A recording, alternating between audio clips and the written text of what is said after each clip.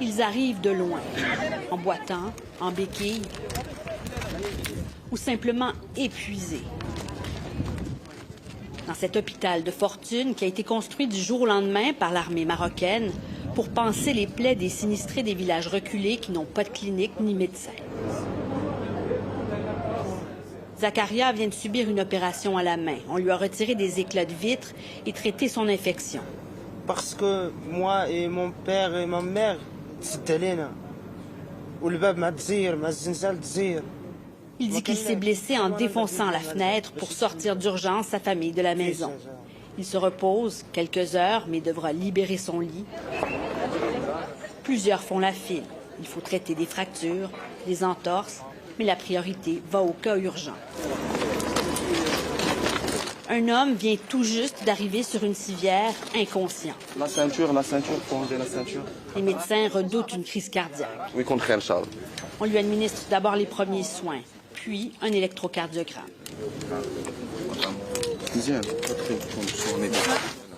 Abel Rahim se réveille doucement, confus, désorienté, mais hors de danger. C'est plus de la conversion, plus qu'autre chose. On va solliciter les psychiatres. Oui, c'est du stress post-traumatique. C'est évanoui. Là-bas,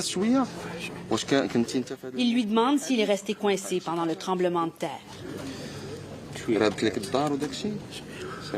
On apprendra plus tard qu'il a perdu ses 2 frères. Dans la même tente, on entend une jeune femme pleurer. Les médecins essaient de la calmer et de la rassurer. On les laisse travailler. Elle gémit depuis 2-3 jours suite à la perte de 2 frères.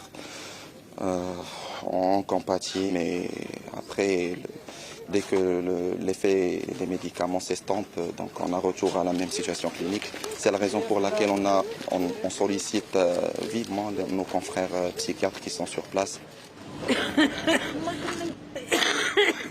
Assise sur un banc, Fatima fixe le sol. Elle a du mal à parler. Elle dit qu'elle n'a aucun souvenir précis du 8 septembre. Mais j'ai vu la mort, dit-elle. Celle de mes 2 filles. Elles avaient 6 et 7 ans. Je ne les oublierai jamais. Là, c'est un sentiment d'insécurité pour... Le docteur Adil Akanour est le psychiatre en chef. Il enchaîne les consultations, du deuil à l'insomnie aiguë. Finalement, des crises d'angoisse, des troubles de sommeil. Yamna dit qu'elle n'a pas dormi depuis vendredi.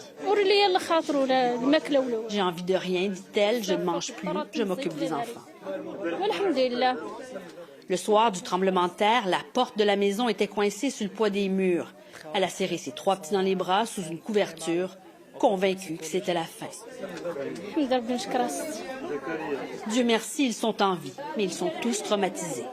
La particularité des enfants qui ne peuvent pas parler, à travers ces ateliers, on arrive un petit peu à repérer les enfants à difficulté. On les occupe, on leur a installé une trampoline, le temps d'oublier ne serait-ce que quelques minutes ce qu'ils ont vu et subi. Mais Saad, lui, ne peut pas jouer. Il a une jambe cassée. Une énorme fenêtre est tombée sur lui lorsque sa maison s'est écroulée. Depuis, il a du mal à dormir. Il ne parle presque plus, dit sa grand-mère, que pour demander de voir sa maman, qui est hospitalisée à Marrakech. Il a besoin d'aide et de suivi. Comme tant d'autres petits, jetés à la rue, qui souffrent en silence, en mode survie. Ici Tamara Alteresco, Radio-Canada, à Azni, au Maroc.